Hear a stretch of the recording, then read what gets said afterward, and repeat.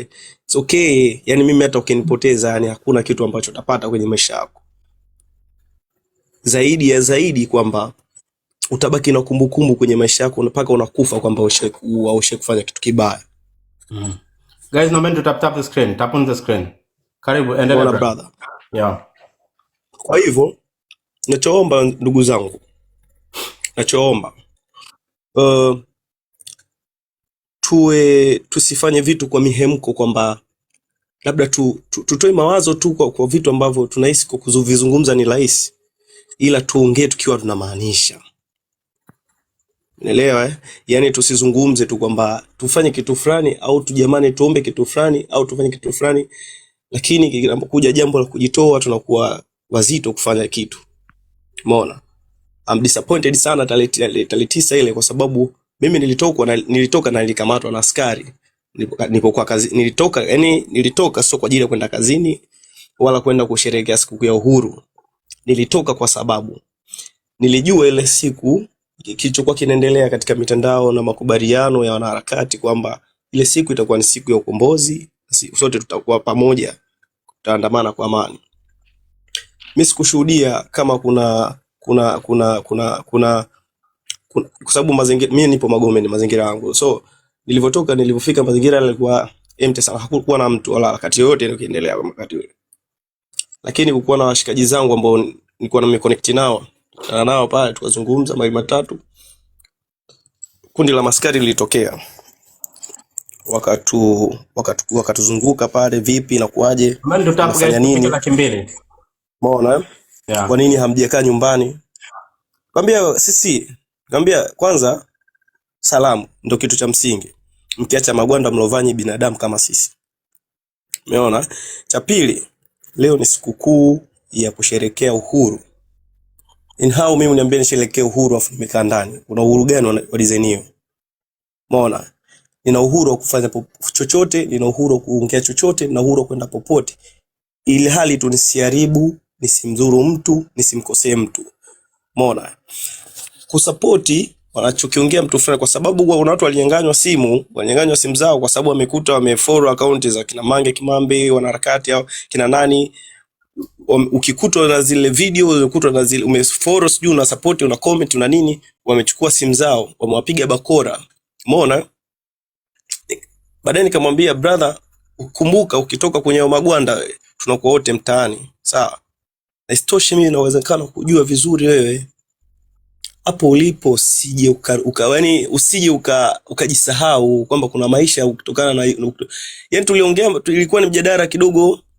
Mwisho siku akaona bana, nyefanyeni mambo yenu, kwa sababu walikuwa ni vijana wadogo tu brother, understand? Kuna kitu ambacho nilijifunza, nikawaza unajua kuna watu wanaweza tukawa tuna connect, tunaongea kitu kwa passion, kwa wewe bana tutafanya kitu fulani, alafu ule moyo wa kufanya kile kitu akawa na watu wawili watatu tu, ile inakata sana. Kwa hiyo kitu ambacho tunaomba kama tunazungumza Bwana Rumida, naam, nasema hao maskari walikuwa vijana wadogo, yani hao ambao hiyo tarehe 9 ambao watuzuia sisi, kwa vijana wadogo. Mimi bila shaka nadhani ni mavi CCM hao, hata sio polisi wenyewe hao. Endelea ndugu yangu. Exactly brother. Maona. So kitu ambacho nataka kusema, tukipanga jambo au tukizungumza jambo, tuweze kuongea kwa kumaanisha au kufanya kitu ambacho kitakuwa na malengo chanya, kwamba hata kama wale unajua sasa hivi kuna kitu kinaendelea kwamba kugeresha ni kufanya hali ionekane ni ya kawaida au hali nzuri. Wewe sasa hivi unasema amani ipo au kumetulia, sawa, ila kuongea uwezi, unaogopa. Una amani wewe? Haumtukani mtu, humtukani kiongozi, humkosei kiongozi, humfanyi chochote. It means kwamba unatakiwa uongee, usikilizwe. Kama anaweza kufanya afanye, kama hawezi aseme siwezi kufanya, na kama hawezi kufanya wapo wanaweza kufanya brother, you understand? Yeah. Umeona Lakini uwezi hata kufanya hivyo, kutoa maoni uwezi, ni kosa. Kwa nini uogope? Brother, umezaliwa wewe, umepewa nafasi ya kuishi. Utaulizwa wewe, ulipewa nafasi ya kuongea, hauswali, hausendi kanisani, ufanye chochote. Basi hata kusema kujitetea mwenyewe uwezi. Hao wote ambao wanaonekana wanaongea, wanapambana, wanaharakati, wanafanya vitu, au hata kama ni wapinzani wanafanya nini, watu unaona mbona wana riziki sana. Unaona wana riziki sana brother, wewe ukirudi nyumbani na una shilingi ngapi? Una hela ya kula mwaka. Kwa nini? Kati hao ni wafanyakazi wetu, kwa sababu bosi wao ni sisi. Sisi ndo tunalipa kodi, tunafanya kazi, tunajituma. Tuna haki ya kuuliza kwamba hela tunazowalipa au hela tunazozitafuta zinafanyia nini, zinaenda wapi, kwa sababu gani? Leo hii wewe ukiwa na tatizo brother, ukienda kituo cha polisi, wewe unakuwa chini, yani unanyenyekea kwamba unajua zile, lakini wewe unatakiwa ukienda polisi usikilizwe, yani upewe nafasi, yani ujiachie uongee, kwa sababu wale ni wafanyakazi wako, walinzi wako wewe. Kikubwa heshima tu. Yeah. Kikubwa heshima. Kwa hiyo kuna vitu vingi katika nafsi zetu, kwenye mioyo yetu. Kuna kama mimi brother, kuna tukio hawezi kutoka kwenye akili yangu, kwenye ubongo hiyo siku. Naweza nikawasimulia kwamba huyo jamaa alipigwa risasi. Kama kwenye zile video mshe kupitia mkaziona zile zilipostiwa, kuna jamaa alikuwa amevaa jezi ya Manchester United, alafu alikuwa amelala chini na amevaa begi. Huyo mshikaji alipopigwa shaba, sisi kwa sababu pale alipigwa shaba, hakuwa anaandamana yule jamaa. Alikuwa amesimama mlangoni anashangaa, yani kwamba kinachoendelea vipi. Wakati wanapigwa wanashuti, akawa anakimbia. Umenikumbusha kitu kibaya sana ambacho sitaka nikisahau. Alafu siku plani kukizungumza, lakini hicho kitu yani kinanifanya nakumbuka sana. Endelea, nitawaambia baadaye.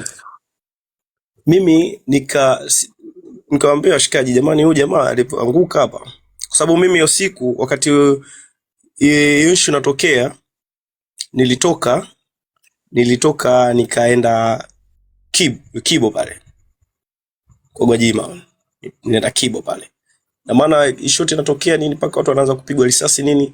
Nilikuwa kule nikarudi mpaka maeneo ya Kagera, Magomeni. Kuna sehemu tukio litokea la moto pale Samuel, tukio litokea la moto. Sasa nikawa nashiriki kusaidia kuzima moto kwenye ile nyumba, kwa sababu aliyekuwepo kwenye ile nyumba ni mama mtu mzima, yani bibi, halafu na mwanae wa kike. Hakukuwa na mtu mwingine kwenye ile nyumba. Kwa hivyo mimi nilichokitizama pale kwamba yule bibi hawezi kushika ndoo ya maji akazima ule moto, na moto unaendelea kushika kwenye ile nyumba. Kwa hivyo nikaomba washikaji zangu kama 3-4, kwa sababu watu tayari kwa wamesha panic, wanauoga. Walinielewa kwa sababu nilimwambia jamani tusipofanya kuwasaidia huyu mama atapata hasara, hii nyumba itaungua au anaweza kazurika hata yeye.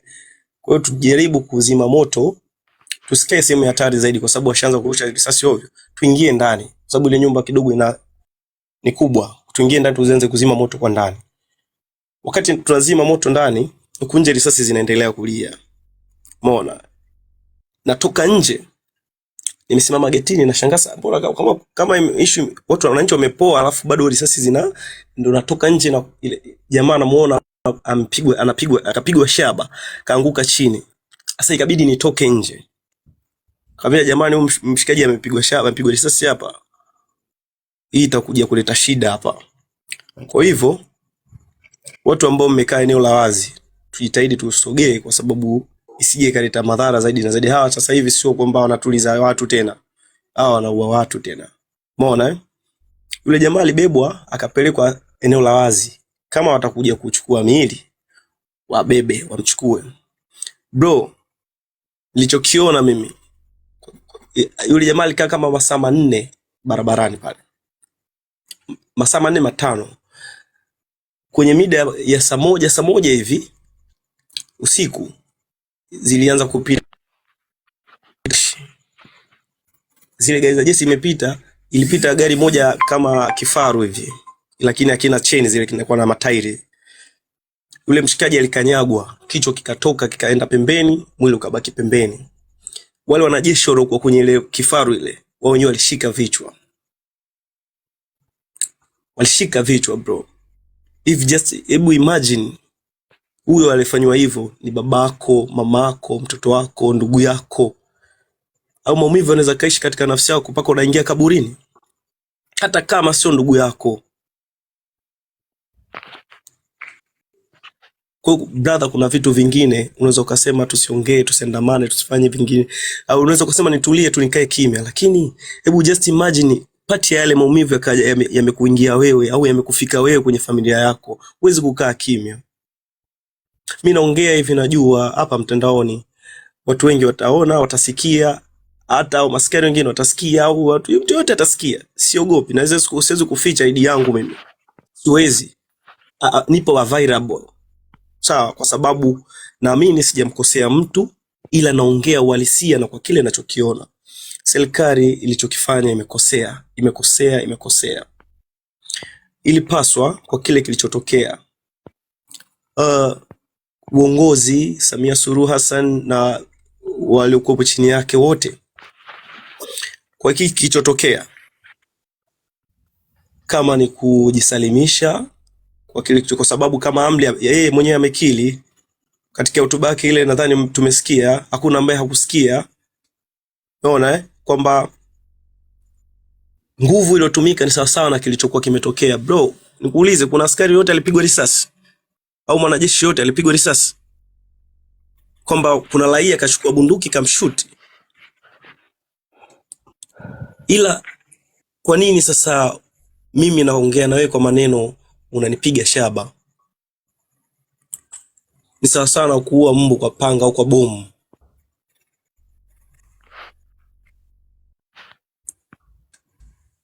Inaumiza sana, yani inaumiza sana. Tusiongee kirahisi, tusisi kama issue imekuwa ni normal, yani ni kawaida sana, lakini maumivu ni makali. Kufa ni mara moja, kuzaliwa mara moja tu. Yani tuishi kama vile dini zinavyoelekeza, kwamba uwe na hofu ya Mwenyezi Mungu. Kupigania haki pia ni Mwenyezi Mungu. Sidhani kama leo hii wewe umekufa kwa sababu unatetea uhai wa mtu mwingine uende motoni. Umeelewa? Au unashuhudia mtu anafanya uovu, umekaa kimya, huwezi kumkataza, basi hata kusema, kukemea kile anachokifanya huwezi. Afu kesho na kesho kuto utasema, utakaa na mimi useme maisha magumu, au niambie mwanangu wewe yale maisha nifanyeje sasa? Kama rais ni wa kwetu, viongozi walikuwa huko juu ni wa kwetu, wanapaswa tusikilize. Kama hawafai watusikilize bwana, sisi hatutakiwi. Sasa ukae na mtu ambaye anakuambia bibi bwana sikutaki, umlazimishe, kinachoenda kutokea brother ni maumivu kwako, kwa sababu tayari ashakwambia hakutaki. Ni kwa nini usikubali tu bwana, it's okay, unitaki, unataka nini? Nataka kitu fulani. Okay, tulekebishe. Kama haiwezekani kurekebisha, basi mnakaa pembeni, tafuteni mtu ambaye anaweza kufanya kila mnachotaka kufanya. Maisha ndio hapo hivyo kaka. Lakini kama sikio alisikii na macho hayaoni, kinachotokea ni kupotea tu, kwa sababu huwezi kujiongoza kama hivyo vyote havifanye kazi. Nadhani brother, mimi yalikuwa moyoni mwangu hayo. Shukrani sana. Shukrani sana. Bwana Lumida. Lumi, shukrani sana. Bwana Lumida, kaka Nuru, naomba niongezee kwa Lumida. Kuna mtu anaongea chale. Mimi ninachokuomba ndugu yangu, kwanza pole sana kwa kweli. Naona unaongea kwa hisia sana. Shukrani kaka. Yeah. Tunahitaji vijana majasiri na wasio waoga kwenye haya mapambano. Naelewa? Yaani tunahitaji vijana kama wewe. Na naombeni tu wote mnatusikiliza hapa, before sijamwachia dada Chaga, kwa sababu mimi bado nipo ofisini hapa. Nataka niweze kusisitiza tu kwamba tujitahidi sana tuweze kuwezesha hilo mtokea Maduro, sawa, liweze kutokea nchini kwetu. Jambo la msingi sana. Unaelewa? Yaani hiyo tukiungana pamoja, tuweza kuwa wajasiri na kuweza kutumia muda wetu kuweza kuandika, sawa, tuweze kwenda kwenye peji ya nani, ya Trump, kwa wale wanatumia I'm so sorry. Nadhani hapo mnatumia X kweli hapo. Hivi bwana Nuru, nchini bado kuna X kweli? X ipo. Lakini wanatumia VPN. VPN, okay. Yeah. Hata kwenye page yake kwenye X kule tunakwenda kwa, hebu acheni waraka, tunaandika kwa Kiingereza. Huyu mshenzi ni lazima ya mkuta madu, tuoneshe ulimwengu, tumuoneshe yaliyotokea, because ni the same. Yule rais yule alikuwa na tabia kama hizi za huyu rais haramu tulionaye sasa hivi. Tunashindwaje kuweza kuwezesha swala hili liwezekane, limkute hilo achukuliwe kama ndege, kama alivyochukuliwa yule mshenzi wa Venezuela. Kwa hiyo ndio hivyo guys, naombeni tuungane sana, tuendelee kupaza sauti, tuendelee kuongea na tuendelee kushusha nondo hapa, na tuweze kuangalia mikakati namna gani tutaweza kufanikisha swala hili. Huyu mshenzi atakiwa hata huruma hata kidogo. Mengi sana kafanya, umeorodhesha vingi hapa, lakini bado vipo vingine ambavyo kuweza kuongea. Yaani huyu mshenzi kashafanya uni mwingi sana nchini, hata tuwezi kuelezea tena. Miezi mingi sasa hivi tunakuwa tukihesabu mahovu aliyotenda, na hasa kaja kabisa kumaliza kwa kuua massive people, yaani watu zaidi ya 10 naua kwa ajili ya kukalia kiti kiharamu. Can you imagine? Zaidi ya watu 10. Lazima huyu mshenzi ang'atuke kabisa kwa namna yoyote, na haya yatawezekana tukiungana mimi na wewe tulioko hapa. Bwana, asanteni kwanza kidogo, ngoja nipokee mteja. Shukrani. Kuna swala moja lilitokea siku wakati wako ground kabla internet haikuzimwa. Walianzisha program ya kukamata watu wenye video, but I want to tell you, mpaka leo kuna baadhi ya video ambazo zipo ambazo za mauaji na ambazo zingine hazikupostiwa. Moja video ambayo nilipost kwenye page yangu na Instagram, ile pale ni mtu alinitumia ambaye haikuwahi kupostiwa matukio ya kinyama, tukio ambalo sitaka nilisahau. Ndio maana nasema hivi, ndio maana nilipost ile post yangu kasema kwamba tunaingia 2026 lakini hatuwezi acha kumbukumbu nyuma. Ni kitu ambacho nikikikumbuka waga ni kwamba machozi yananitoka. Umeelewa?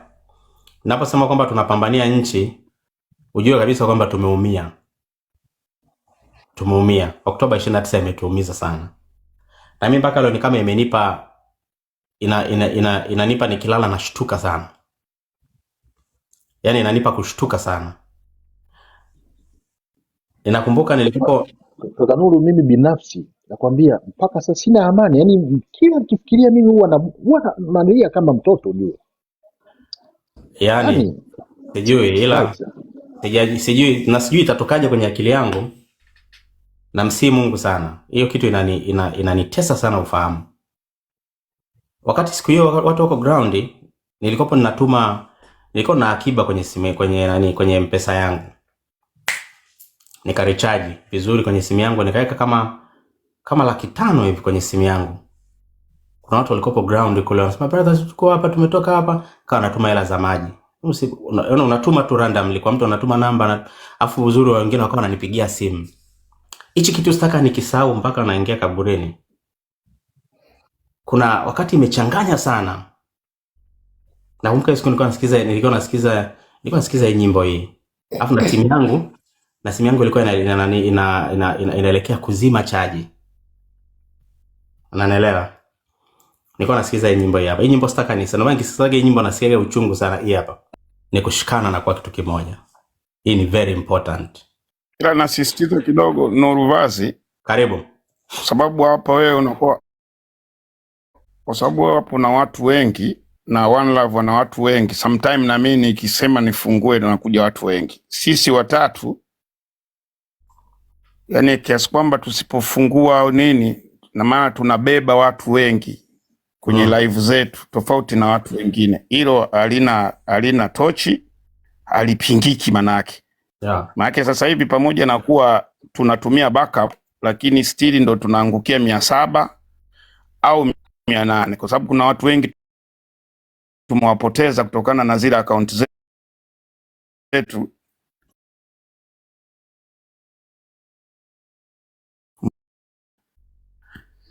Sasa mimi nilichokuwa naomba, yani sababu sisi ndio tunaopambana, sisi tumeshikwa kuwa wanyonge, tumetengwa, tusiwape nafasi watu wa CCM wapande kwenye live zetu. Limefanyika tukio sama leo limefanyika tukio la ajabu sana ambalo nafikiri watu watakuwa wamekwambia. Yaani kuna mtu ampandisha watu afu anaongea wale watu ambao walitumika kwa ajili ya sitaki hata umtaje. Yes. Mimi naweza nikaingia battle. Nasema hivi, mimi naweza nikaingia hata battle waniweke hata masula ya kunitukana matusi. Maana mimi nina uwezo wa kusema hata nikawekwe kwenye picha yangu nikana matusi, lakini nitawatetea watoto waliokufa 10,000. Siwezi kumruhusu mimi mtu wa CCM apande kwenye live. Siwezi kukubali. Watu wametuua, wametoa ubongo, wamepasua ubongo, wamesaga maiti kwenye simenti, wameenda kuzifua maiti zikiwa zimeoza, wamezitoa maiti, wamezisafirisha mpaka Mwanza kuzitia kwenye ziwa.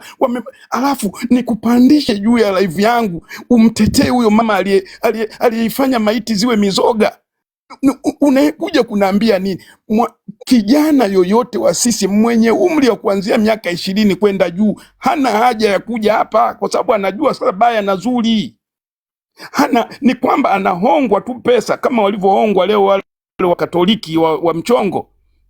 Hakuna Wakatoliki wa vile, na vijana ndio wanahongwa. Mimi sikubali kabisa. Haina haja ya kutaja jina, lakini kwenye live zetu tusikubali. Tena wamekuja kabisa na mavazi yao, wanaleta najisi wakiwa na bendera zao kwenye live ya watakatifu. Unakaribisha mashetani. Live ya watakatifu tunaianza kwa maombi, alafu tunakaribisha mashetani matatu yanakuja kuinajisi live, alafu tunajisifu tuko kwenye freedom. Hakuna freedom katikati ya wachawi. Freedom natakiwa sisi wenyewe kwanza, tukisha ikomboa yuko nchi kama walivyotoa Maduro, mtajifanya wenyewe sasa. Lakini tunakuwa tuko huru kwa sababu wapigania nchi ni wachache.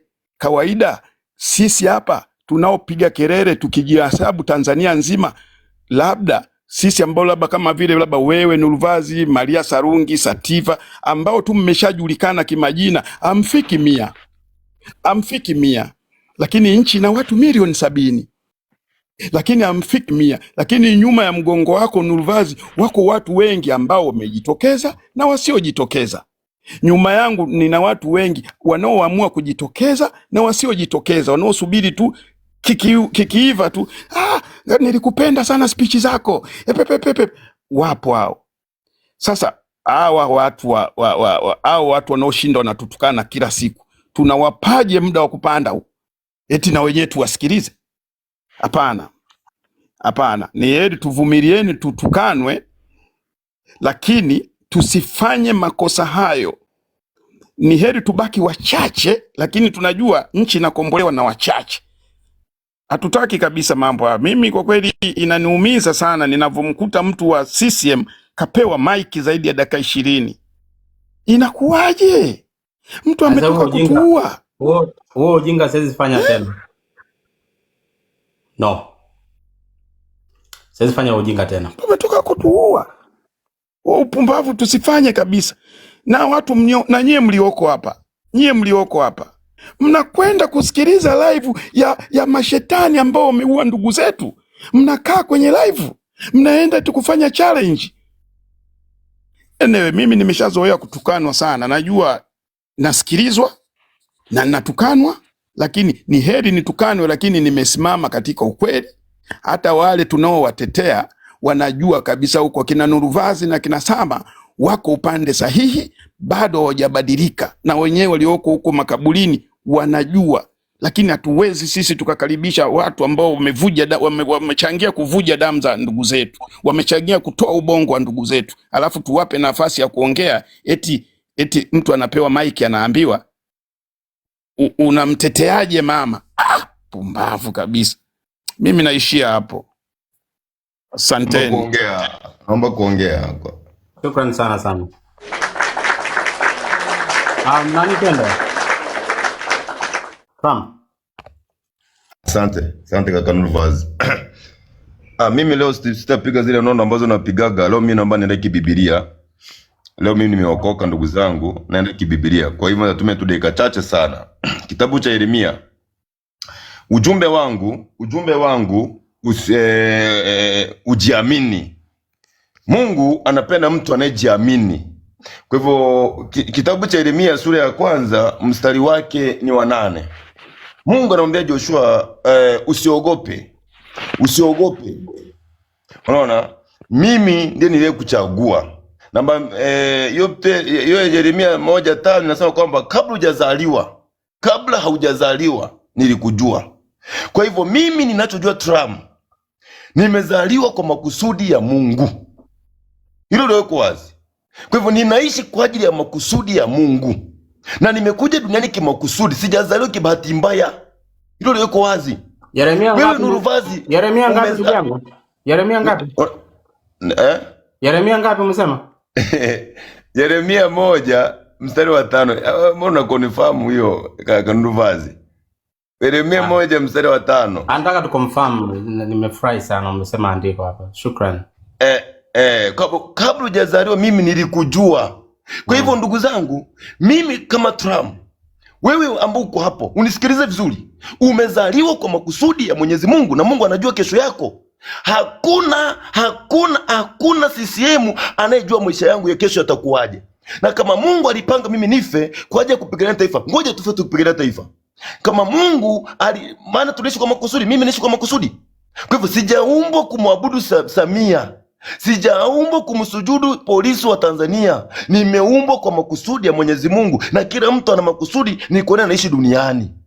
Kwa hivyo ndugu zangu, tusiogope kifo. Tunatembea na kifo, tunajua kwamba kuna kifo. Kwa hivyo hatufai kukiogopa kifo, maana hata wao watakufa. Mimi ni kifo nikipambania taifa, ina maana roho yangu itaenda mahali pema peponi, na Mungu atanichukua kwa sababu nimepambana kwa ajili ya kuokoa taifa. Lakini yule atakayekuwa ameniua, akifa ajue kwamba ni jehanamu direct.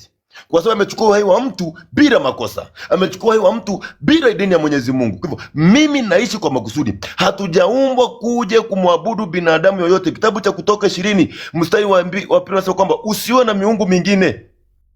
Sisi hatuna miungu mingine.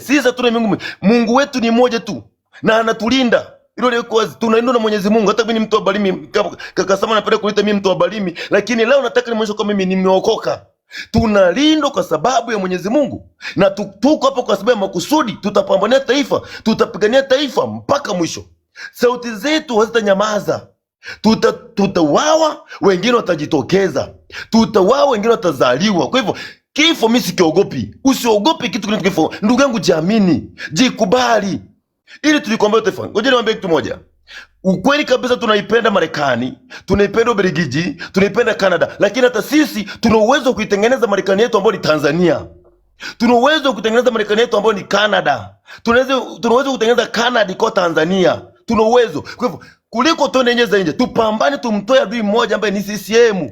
Adui mkubwa wa nchi ni CCM. Huyo kisha toka tunaipata Marekani mpya Tanzania. Nawaambieni ukweli, tukimtoa CCM tumepata Canada Tanzania. Tukimtoa CCM tumepata Ubelgiji Tanzania. Tukimtoa CCM tumepata Uingereza Tanzania. Hilo ni ukweli usiopingika, kwa sababu Watanzania tunajielewa. Hii ni nchi yetu na lazima tukubali kuipambania.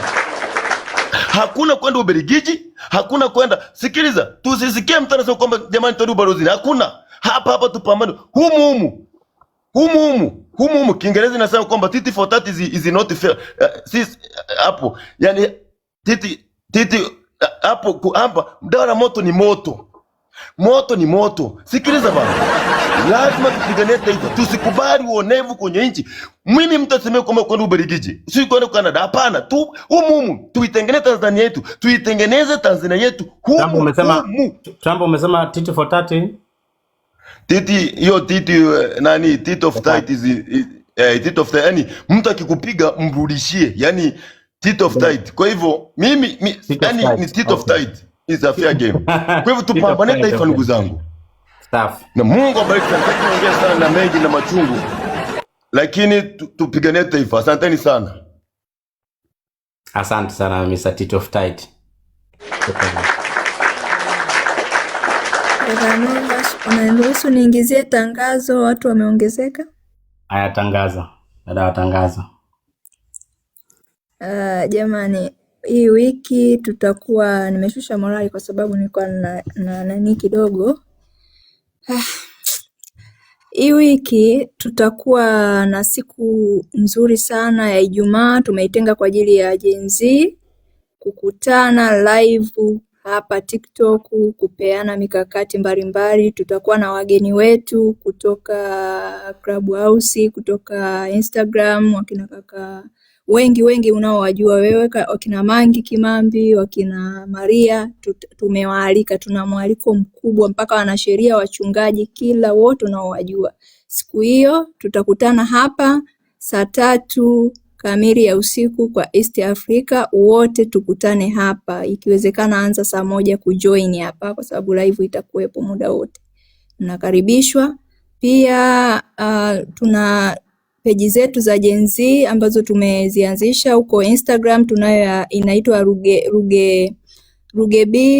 2025, kaifollow pale. Pia kuna maelekezo ya Discord pale, utayakuta. Follow, like na kucomment. Kuna vitu vyetu nondo na kila kitu vinapostiwa kule. Pia tunayo Facebook inaitwa Ruge Marila, twende tukafollow pale. Profile yake ina kofia ya jeshi alafu amevaa maski kama ninja, utaifollow pale. Comment, yani tutakuwa narusha matukio yetu pale, nondo kama hizi zinarekodiwa ama mambo kama ya Moshi na 9, yani vitu vyote vinavyotuhusu sisi, kila kitu tunakipata huko. Yani ni sehemu ambazo hatutaki kuziacha, tuwe na tunaweka bize kama TikTok tulivyoiteka, tuna nia ya kuiteka hata hiyo sehemu.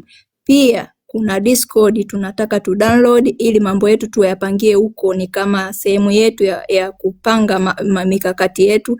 App yako inaitwa Discord, ukidownload basi maelekezo ukienda kwa Ruge pale utayakuta. Ukienda kufollow page yetu ya Instagram ile ya Ruge B 2025 utakuta kila kitu pale, itakuelekeza mpaka kuingia huko Discord. Tu download jamani. Kama kuna na pia kucomment kwa Trump jamani, tusipuuzie hiki kitu. Tulikianzisha tukacomment kwenye nani za Trump mpaka Twitter kule, tukacomment kuhitaji msaada uje kama wa Venezuela. Tujaribu, yani tunajaribu kote tumo, ili mradi tu ukombozi upatikane. Tupeleke comment mpaka huko Messenger, nenda peleka huko. Familia nzima ya Trump wapeleke ujumbe, inawezekana hata mjukuu wake akatusikia. Yani yoyote yule anaitwa Trump, nani peleka ujumbe pale wa Kiingereza kuhitaji msaada. Tunateseka katika nchi yetu, tumeuawa watu 10,000 kwa Kiingereza. Yani wewe andika tu help, hata ukiandika kwa Kiswahili lakini akiona help atajua tu kwamba kuna jambo. Wewe peleka ujumbe wako pale. Nadhani nitakuwa one love. Kama kuna kitu nimesahau nani inatosha, ngoja watu waongee, tutatangaza tena baadaye, sawa?